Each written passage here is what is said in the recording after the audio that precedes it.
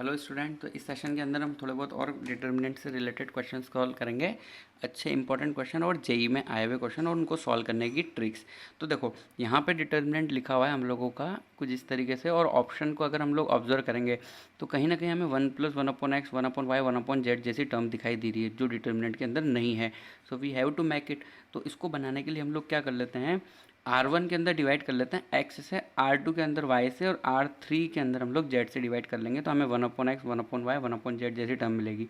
तो हम क्या कर रहे हैं, x y z से मल्टीप्लाई भी कर रहे हैं और डिवाइड भी कर रहे हैं। अब जो डिवाइड जो हम लोग करने वाले हैं यहाँ पे x y z, तो इसको तो हम ले जाएंगे R1 के अंदर। तो R1 के अंदर डिवाइड करेंगे 1/x से, या 1/x से मल्टीप्लाई बोल सकते हैं हम लोग। तो वो क्या हो जाएगा, 1+1/x। इसी तरीके से नेक्स्ट एलिमेंट हो जाएगा 1/x 1/x। नेक्स्ट अगर हम लोग इस y को डिवाइड कर रहे हैं R2 के अंदर, या 1/y से मल्टीप्लाई कर रहे हैं, तो ये क्या हो जाएगा 1/y। इसी तरीके से 1+1/y एंड 1/y। तो यहाँ पे ये वाली जो टर्म है हम लोग इसको हटा देते हैं ताकि कन्फ्यूज़न ना हो। नीचे जो एक्स वाई जेड है वो अंदर की तरफ मल्टीप्लाई हो रहे हैं रो वाइज। ओके, नेक्स्ट हम लोग जेड से डिवाइड करेंगे R3 को, तो हमें क्या मिल जाएगा 1/z एंड 1+1/z। अब यहाँ पे अगर हमें ऐसी कुछ टर्म बनानी है जैसी ऑप्शन के अंदर हमें अवेलेबल है, तो कैसे हम लोग इसको बना सकते हैं। अगर हम इसको ऐसे रो वाइज ऐड कर दें तो देखो 1+1/x + 1/y। इसी तरीके से ये भी क्या बन जाएगा 1+1/x + 1/y 1+1/x + 1/y। तो अगर हम लोग इस क्वेश्चन के अंदर ऑपरेशन अप्लाई करते हैं R1 के अंदर, R1 + R2 + R3, तो पूरे के पूरे फर्स्ट वाले R1 के अंदर हमें टर्म मिलेगी 1+1/x + 1/y + 1/z, जो हम कॉमन भी ले सकते हैं। तो 1/x 1+1/x + 1/y + 1/z हम लोग क्या ले लेते हैं कॉमन, और पहले से बाहर क्या अवेलेबल है, एक्स वाई जेड अवेलेबल है। ओके, तो डिटर्मिनेंट के अंदर जो है वो रिमेनिंग क्या हो जाएगा 1 1 1, और क्या हो जाएगा 1/y 1+1/y and 1/y। Next हो जाएगा 1/z एंड 1+1/z। अब देखो 3 1 हम लोगों को यहाँ पे दिखाई दे रहे हैं रो 1 के अंदर, तो यहाँ पे भी हम एक ऑपरेशन अप्लाई कर सकते हैं। तो अगर हम ऑपरेशन अप्लाई करते हैं यहाँ पे 2 जीरो बनाने के लिए, तो हम क्या बना सकते हैं, R1 के अंदर लास्ट 2 एलिमेंट जीरो बना सकते हैं। तो उसके लिए हम लोगों को कॉलम वाइज ऑपरेशन अप्लाई करना होगा। तो मैं कॉलम 2 के अंदर जीरो बनाने के लिए क्या कर देता हूँ, कॉलम 2 माइनस कॉलम 1। इसी तरीके से कॉलम 3 के अंदर मैं जीरो बनाने के लिए क्या लिख सकता हूँ, कॉलम 3 माइनस कॉलम 1। तो अगर हम ऐसा करेंगे तो डिटर्मिनेंट जो है हम लोगों को कुछ इस तरीके से दिखेगा, है ना। C2 और C3 के अंदर जीरो है, बाकी ऐसे रहेगा 1/y एंड 1/z। लास्ट ये क्या हो जाएगा तुम लोगों का जीरो, 1/y माइनस 1/y, तो ये हो जाएगा 1 एंड 0। नेक्स्ट एलिमेंट हो जाएगा, अगर हम उसको C1 से माइनस करने वाले हैं तो 0 0 एंड 1। ओके, तो इसको आप कहीं से भी सॉल्व कर लो तुम लोग, या तो R1 से सॉल्व कर लो या C3 से सॉल्व कर लो। तो R1 से अगर हम लोग इसको सॉल्व करते हैं तो ये वाला पार्ट हम लोगों को हाइड हो जाएगा, तो हमें वैल्यू मिल जाएगी यहाँ से 1। ओके, तो अगर मान लो ये 1 है तो हमारा पूरा का पूरा ये पोर्शन बच जाएगा। तो हमारा आंसर कितना आएगा, ये जो रेड कलर में जो लिखा हुआ है इतना से आ जाएगा, क्योंकि डिटर्मिनेंट जो है वो डिटर्मिनेंट तो कितना हो रहा है 1 हो रहा है, तो इसलिए हमारा ऑप्शन नंबर कौन सा हो जाएगा, ए।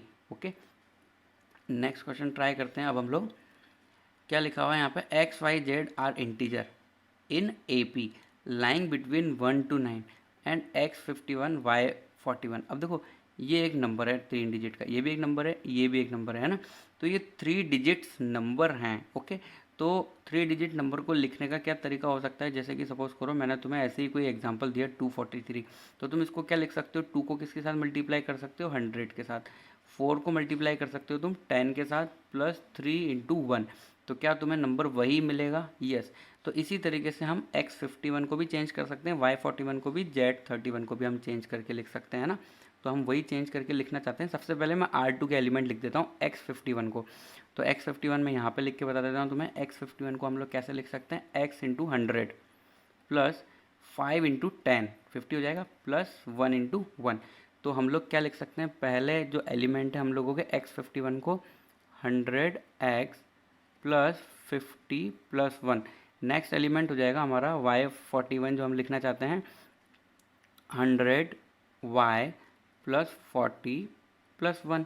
इसी तरीके से लास्ट वाला एलिमेंट z31 को हम लोग क्या लिख सकते हैं 100z प्लस 30 प्लस 1। अच्छा, एक और बात यहाँ पे दी हुई है x y are in A P और इंटीजर भी हैं, तो एक्स वाई जेड अगर ए पी में है तो इसका मतलब हम क्या लिख सकते हैं 2y is equal to x plus z. जानते हो तुम लोग, तो कहीं ना कहीं ये बात भी हम लोगों के काम आएगी। अब डिटर्मिनेंट में ऊपर क्या था 5 4 3, इसी तरीके से नीचे एक्स वाई एंड जेड। तो ये डिटर्मिनेंट बहुत ही इजीली सोल्व हो जाएगा, क्योंकि तुम देखो ये जो है ना लास्ट वाला जो रो है उसको 100 से मल्टीप्लाई करके और इसको 10 से मल्टीप्लाई करके हम ये वाली टर्म बना सकते हैं। देखो यहाँ पे भी बन जाएगा वैसे का वैसे, यहाँ पे भी बन जाएगा। तो हम एक काम करते हैं, इसके अंदर एक ऑपरेशन अप्लाई करते हैं। क्या कर लेते हैं हम लोग, R3 को तो मल्टीप्लाई कर लेते हैं 100 से, 100 R3, और R1 को किससे मल्टीप्लाई करने की ज़रूरत है 10 R1, और इसको सबको R2 में अप्लाई कर देते हैं हम लोग। R2 में अप्लाई इस तरीके से करते हैं, R2 में से इसको माइनस कर देंगे। तो अगर हम इसको R2 में से माइनस करेंगे तो हमें क्लियरली 5 4 3 1 1 1 एक्स वाई और जेड मिल जाएगा। अब ये देखो डिटर्मिनेंट कितना आसान है ना। तो यहाँ पे तुम दो जगह जीरो बना सकते हो, या तो लास्ट 2 जीरो बना लो या फिर फर्स्ट 2 जीरो बना सकते हो यहाँ पे, है ना। तो मैं एक काम करता हूँ, मैं क्या कर लेता हूँ C2 माइनस C1 और C3 माइनस C1 करके जीरो बना सकते हैं हम लोग। तो इसको अगर हम जीरो बनाएंगे तो इसको सॉल्व करने पे हम लोगों का आएगा 2y minus x minus Z, है ना। अब ये वैल्यू जीरो होगी 100%, क्योंकि देखो x y z are in A P, तो इसका मतलब तुम क्या लिख सकते हो 2y minus x minus z बराबर जीरो। तो ये वैल्यू तो जीरो आएगी, तो यही तो डिटर्मिनेंट की वैल्यू है। तो ये ऑप्शन नंबर किसके अंदर अवेलेबल है, ऑप्शन नंबर सी के अंदर। Okay, next question. ये क्वेश्चन भी बहुत इजी है, आराम से तुम लोग सॉल्व कर सकते हो, क्योंकि यहाँ पे 1 बना हुआ है सब जगह। तुम यहाँ पे देखो R1 के अंदर भी सभी 1 है और कॉलम 1 के भी अंदर 1 है, तो कॉलम वाइज और रो वाइज हम लोग जीरो बना सकते हैं। तो मैं एक काम करता हूँ, C1 के अंदर लास्ट 2 एलिमेंट जीरो बना देते हैं हम लोग। तो हम ऑपरेशन किस तरीके से अप्लाई करेंगे, R2 में हम अप्लाई कर देते हैं R2 माइनस R1। इसी तरीके से हम लोग R3 में भी अप्लाई कर सकते हैं, क्या R3 माइनस R1। अगर हम इस तरीके से ऑपरेशन अप्लाई करते हैं तो हमें जो D है डिटर्मिनेंट उसकी वैल्यू मिल जाएगी R1 वैसा का वैसे ही 1 1 1। यहाँ पे क्या हो जाएगा R2 माइनस R1 से जीरो, और क्या हो जाएगा X और जीरो। इसी तरीके से लास्ट एलिमेंट हो जाएगा हम लोगों का 0 0 1 प्लस वाई माइनस 1, तो ये हो जाएगा y। अब देखो इस डिटर्मिनेंट को तुम कहाँ से सॉल्व कर सकते हो, कहीं से भी सॉल्व कर सकते हो। पहले कॉलम से ही सॉल्व कर लेते हैं इसको। तो पहले कॉलम से सॉल्व करेंगे तो हम लोग क्या करेंगे, दो बातों को हाइड कर देंगे, ये वाला और ये वाला पोर्शन हम हाइड कर देते हैं। तो इस तरीके से हमारा जो आंसर इसका निकल के आएगा वो क्या आएगा x इंटू वाई।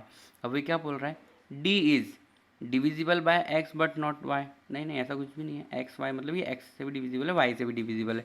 तो ऐसा कौन से ऑप्शन के अंदर लिखा हुआ है, d। तो x इंटू वाई मतलब ये जो नंबर आया हम लोगों का ये x का भी मल्टीपल है और y का भी मल्टीपल है। ओके, तो ये कितना आसान क्वेश्चन हो गया है। चलो नेक्स्ट क्वेश्चन हम लोग सॉल्व करते हैं। क्या गिवन है हम लोगों को, A square plus B square plus C square is equal to -2 given है। ओके, तो हमें इसका कहीं ना कहीं यूज़ करना है।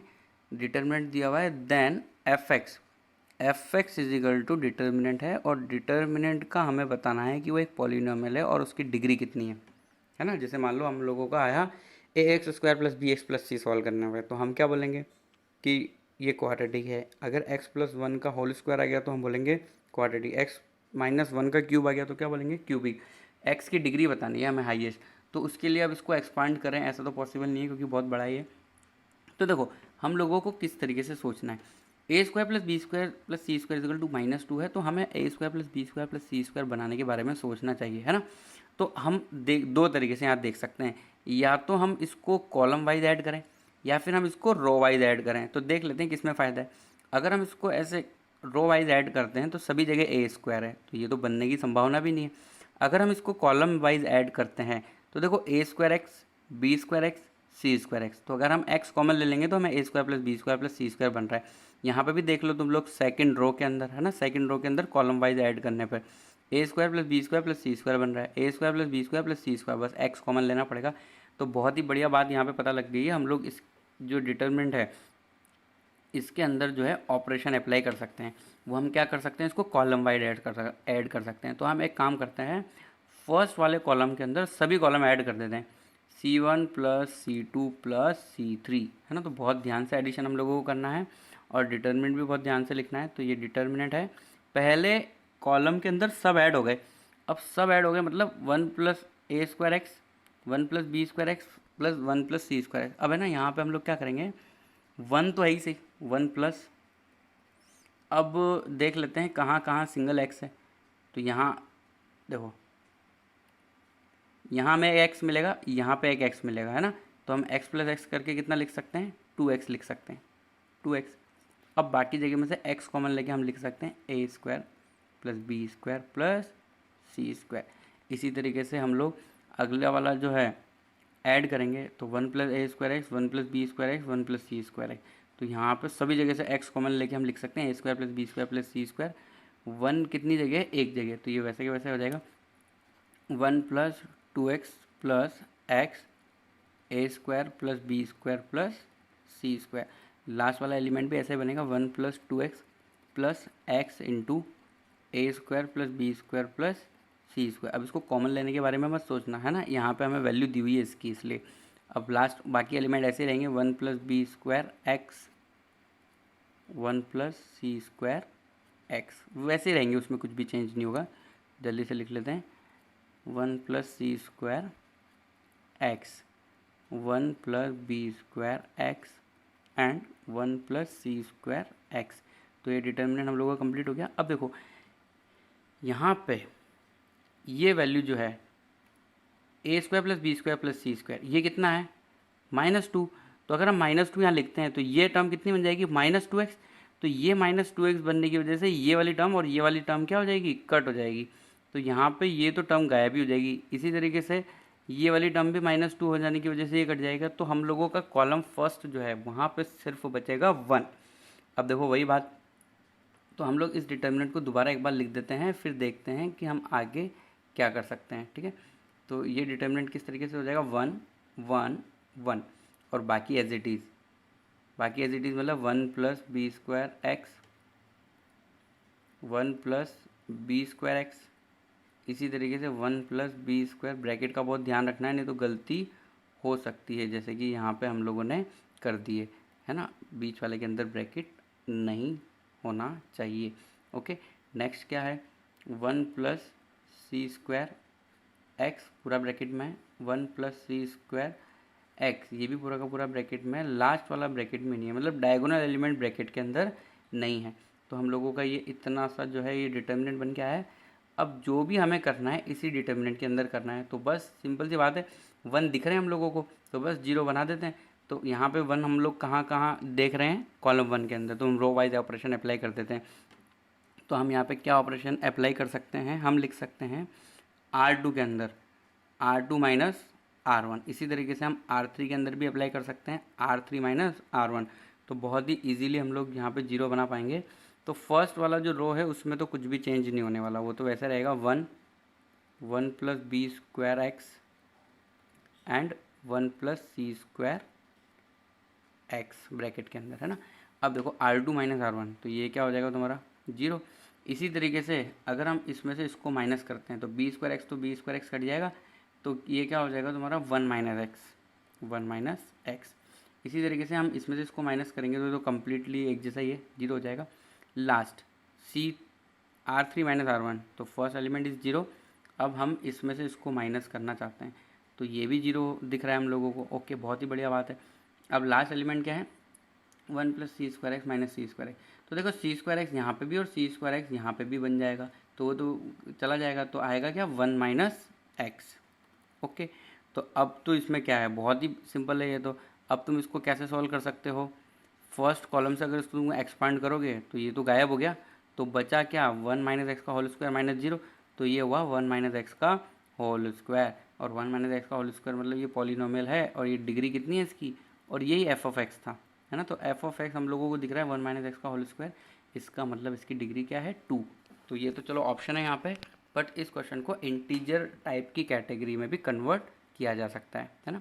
नेक्स्ट क्वेश्चन, ये भी बहुत अच्छा क्वेश्चन है, इसमें दिमाग लगाना है हम लोगों को और सोचना है प्रॉपर्टी हम लोग कैसे अप्लाई कर सकते हैं। ओके, तो देखो यहाँ पे हम लोगों को दो डिटर्मिनेंट का एडिशन दिया हुआ है, determinant first plus determinant second, और ऑपरेशन अप्लाई करने पे वैल्यू आ रही है 0। और ए बी सी क्या है, a b c be such that b into a plus c not equal to 0। यहाँ पे b into a plus c जो है वो 0 के बराबर नहीं है।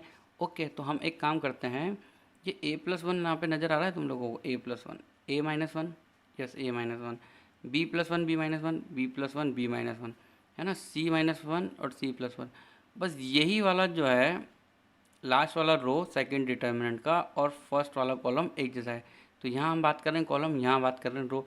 तो सबसे पहले सेकंड वाले का हम ट्रांसपोज ले लेते हैं, क्योंकि देखो ट्रांसपोज लेने का मतलब वही सभी रो और सभी कॉलम को हम चेंज कर देते हैं इस वाले के अंदर। तो सी आई को हम चेंज कर देते हैं आर आई से, मतलब सभी रो को हम इंटरचेंज कर रहे हैं कॉलम, और कॉलम को इंटरचेंज कर रहे हैं रो से। तो अगर हम ऐसा करेंगे तो हम इसको किस तरीके से लिखेंगे, पहला वाला डिटर्मिनेंट तो एज इट इज़ रहेगा A plus one, A minus one, minus B plus one, B minus one. इसी तरीके से C minus one, C plus one, और हमने इसके सारे रो और कॉलम को चेंज कर दिया है। ओके, तो हम लोग जो है वो क्या लिखेंगे, पहला कॉलम लिख देते हैं जो वहाँ पे पहली रो थी।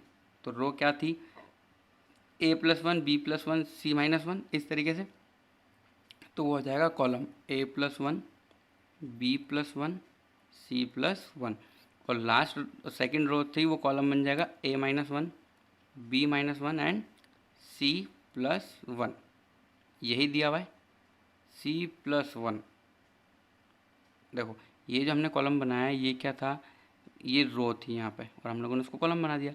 और यहाँ पे जो ये था ना सी माइनस वन, यहाँ पर हम लोगों ने सी प्लस वन लिख दिया। तो इसको हम लोगों को क्या लिख देना चाहिए, सी माइनस वन। ओके, नेक्स्ट जो है लास्ट वाली रो रह गई, अब उसको लिख देते हैं माइनस वन की पावर ये कितनी है, n plus two into a, minus one की power n plus one into b, और इसके बाद क्या है माइनस वन की पावर एन सी। ओके, तो देखो यहाँ पे ये वाला जो एलिमेंट है, लास्ट वाला जो कॉलम है, ये कॉलम कहाँ होना चाहिए, फर्स्ट में। तो अगर मैं इसको उठा के यहाँ रख देता हूँ और इसको उठा के यहाँ रख देता हूँ, तो ये और ये तो हमारा सेम हो जाएगा, मतलब पहले डिटर्मिनेंट का कॉलम वन और कॉलम वन सेकेंड डिटर्मिनेंट का कंपेयर हम लोग कर सकते हैं। बट ये ए प्लस वन और बी प्लस वन और सी माइनस वन वाला जो पोर्शन है ना, हम लोगों को यहाँ पे नहीं चाहिए, वो चाहिए सी टू के अंदर। तो हम यहाँ पे दो ऑपरेशन एक साथ अप्लाई करने वाले हैं, है ना। तो हम इंटरचेंज कर रहे हैं, यहाँ पे क्या कर रहे हैं, इंटरचेंज। सबसे पहले हम क्या कर रहे हैं, कॉलम वन को इंटरचेंज कर रहे हैं कॉलम थ्री के साथ, तो माइनस का अंतर आएगा। अब फिर उसके बाद हम क्या करेंगे, जो C3 होगा ना उसको ले जाएंगे हम C2 के पास, तो वापस से माइनस से मल्टीप्लाई होकर एडजस्ट हो जाएगा, साइन वही रहेगा जो इनिशियली था। तो ये स्टेप बस तुम्हें ध्यान से समझनी है। तो देखो सबसे पहले मुझे क्या करना है, इन दोनों को इंटरचेंज करना है। ओके, जब एक ये तो हो गया तुम्हारा फर्स्ट स्टेप बोल सकते हो तुम इसको। इसी तरीके से अगर मान लो मैंने ये कर लिया, उसके बाद जो मैं करने वाला हूँ ना, मैं ये इन दोनों को चेंज करूँगा, तो ये हो गया तुम्हारा सेकंड। तो ये दो ऑपरेशन अप्लाई करने के साथ डिटर्मिनेंट कैसा दिखेगा हम लोग देख लेते हैं। तो पहला वाला डिटर्मिनेंट तो as it is A minus B C and A plus one B plus one C minus one. Next क्या है, A minus one B minus one C plus one. Okay, बहुत बढ़िया। प्लस अब देखो, अब ये जो हम लोग ऑपरेशन अप्लाई कर रहे हैं ना, इसके बारे में तुम लोगों को थोड़ा सा सोचना है। तो हम लोगों को क्या मिल जाएगा, माइनस वन की पावर एन प्लस टू ए, क्योंकि हमने C1 तो बस एक ही बार चेंज किया है ना, तो उसमें तो कुछ होगा ही नहीं। तो जो C3 उसको C1 में रख देना उठा के।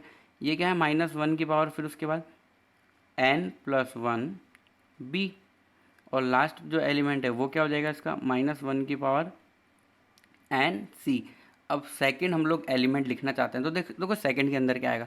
सबसे पहले हम लोगों ने C1 को C3 से मल्टीप्लाई करा, मतलब जो C1 के अंदर था वो C3 में गया, फिर C3 आ गया किसके अंदर, C2 के अंदर, तो C1 वाला ही एलिमेंट गया है। तो हम लोग यहाँ पे क्या लिख देंगे, A plus one B plus one, इसी तरीके से सी माइनस वन।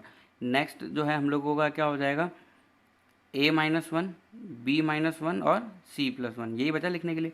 अब देखो यहाँ पे दो डिटर्मिनेंट है हम लोगों के पास। कौन कौन सा डिटर्मिनेंट है? Determinant first, determinant second. अब देखो इसका C2 और इसका C2 बिल्कुल सेम है। इसी तरीके से C3 और C3 भी बिल्कुल सेम है। तो है ना, हम यहाँ पे एडिशन ऑफ डिटर्मिनेंट वाली जो प्रॉपर्टी हम लोगों ने देखी थी 3 या 4 नंबर की, वो अप्लाई कर सकते हैं। तो यहाँ पे सिर्फ किसके एलिमेंट ऐड हो जाएंगे? कॉलम 1 के एलिमेंट ऐड हो जाएंगे। तो इन दोनों डिटर्मिनेंट को ऐड करके हम एक नई डिटर्मिनेंट लिख सकते हैं। और वो डिटर्मिनेंट कुछ इस तरीके से होगी, देखो अगर यहाँ इस ए में मैं ये ऐड करना चाहता हूँ तो क्या मैं ए को कॉमन ले सकता हूँ? तो ए को अगर मैं कॉमन ले लेता हूँ तो मेरे पास क्या आएगा? 1 प्लस माइनस 1 की पावर n+2। ठीक है। इसी तरीके से ये यहाँ पे माइनस बी है और इधर है, तो हम बी कॉमन ले लेते हैं। तो बी अगर मैं कॉमन लेता हूँ तो मुझे क्या मिलेगा? -1 की पावर n+1 -1। इसी तरीके से ये वाला c और हम इसमें से c को कॉमन ले लेते हैं, तो हमें क्या मिलेगा? c 1 प्लस -1 की पावर n, इस तरीके से, है ना। अब लास्ट बाकी एलिमेंट ऐसे रहेंगे, a+1 a-1, b+1 b-1, c-1 c+1, है ना। अब ये बहुत ही बढ़िया डिटर्मिनेंट हम लोगों का आ चुका है। अब इसके बारे में हम लोगों को क्या कमेंट करना है? देखो ये बराबर 0 होगा, then value of n is all even integer, all odd integer, any integer 0। Okay, तो n की किस वैल्यू के लिए ये डिटर्मिनेंट 0 होगा? तो यहाँ पे हमें फाइंड करना है value of n for which, suppose करो ये डेल्टा है, for which delta is equal to 0, है ना। तो सबसे पहले मैं n is equal to 1 check करता हूँ। तो n इज इक्वल टू अगर मैं 1 चेक करता हूँ तो डिटर्मिनेंट के पहले एलिमेंट क्या आएंगे वो हम लोग देखना चाहते हैं, है ना। तो पहले वाले एलिमेंट हम लोगों के पास आएंगे, अगर मैं यहाँ पे मान लो रख देता हूँ 1। अगर मैं इसके अंदर 1 रखूँगा तो ये क्या हो जाएगा? 1 + 3 3, -1 की पावर 3 का मतलब क्या हुआ? -1, तो -1 और 1 मिलके 0 हो जाएगा। इसी तरीके से n इज इक्वल टू 1 अगर मैं यहाँ पे रखता हूँ तो मुझे क्या मिलेगा? -1 की पावर 2, 1 हो जाएगा, 1 - 1 0। n इज इक्वल टू 1 यहाँ पे अगर हम लोग रखते हैं तो ये वाली टर्म भी क्या हो जाएगी? 0 हो जाएगी। तो कॉलम 1 के अंदर हम लोगों को 0 मिल जाएगा n इज इक्वल टू 0 रखने से, 0 0 0, और बाकी तो वैसे ही रहेगा, है ना। तो हमें तो बस 0 से मतलब है, 0 एक बार हम लोगों का आ चुका है तो इसका मतलब डिटर्मिनेंट 0 होगा। अब अगर मान लो मैं n इज इक्वल टू 2 के लिए चेक करता हूँ तो क्या मुझे डिटर्मिनेंट के अंदर सभी एलिमेंट 0 मिलेंगे? ओके, चेक कर लेते हैं। तो n इज इक्वल टू 2 अगर मैंने यहाँ पे रखा तो n इज इक्वल टू 2 पे ये कितना हो गया? 4, -1 की पावर 4 मतलब 1, 1 + 1 कितना हो जाएगा? 2a। तो यहाँ पे हमें वैल्यू मिल जाएगी 2a। ओके, और n इज इक्वल टू 2 अगर मैं यहाँ पे रखता हूँ तो -1 की पावर 3, इसका मतलब हो जाएगा -2b। n is equal to 2 last वाले के एलिमेंट के अंदर हम लोग रखते हैं तो 1 + 1, तो ये क्या हो जाएगा? 2c। और डिटर्मिनेंट हम लोगों का ऐसे दिखेगा a+1 a-1 b+1 c-1 और c+1। अब देखो इस डिटर्मिनेंट को अगर तुम सॉल्व करते हो ना तो यहाँ पे इसकी वैल्यू तुम लोगों को यहाँ पे जो नॉट इक्वल टू 0 लिखा हुआ है ना वही पोर्शन आएगा, b × a+c। इसका आंसर क्या आएगा? b × a+c। और ये वैसे भी लिखने में 0 नहीं दिख रहा है ना, तो ये नॉट इक्वल टू 0 हो जाएगा। तो n की 2 वैल्यू लेने पे ये 0 के बराबर नहीं हो रहा, n की वैल्यू ये 1 लेने पे 0 हो रहा है। अब देखो हम ऑप्शन पे जाते हैं, थोड़ा दिमाग लगाते हैं। एनी इवन इंटीजर, तो ये तो रॉन्ग हो गया हम लोगों का, और एनी इंटीजर भी रॉन्ग हो गया। क्यों? क्योंकि 2 पे सेटिस्फाई हो नहीं रहा है। और 0 0 तो हम लोगों ने चेक नहीं किया, 0 भी हम लोग चेक कर लेते हैं। तो 0 बिल्कुल वैसे ही काम करेगा जैसे इवन काम कर रहा है ना। तो हम लोगों का क्या आंसर आ गया? Option number b, any odd integer. क्योंकि हम लोग 1 पे इसको प्रूव कर पा रहे हैं तो इसी तरीके से हम इसको 3 पे भी प्रूव कर पाएंगे। क्योंकि यहाँ पे जितना भी एक्सप्रेशन जो सोल्व हो रहा है वो -1 की पावर n पे बेस है। तो -1 की पावर अगर 1 पे हो रहा है ना वो, तो 3 पे भी हो जाएगा और 5 पे भी हो जाएगा। ओके।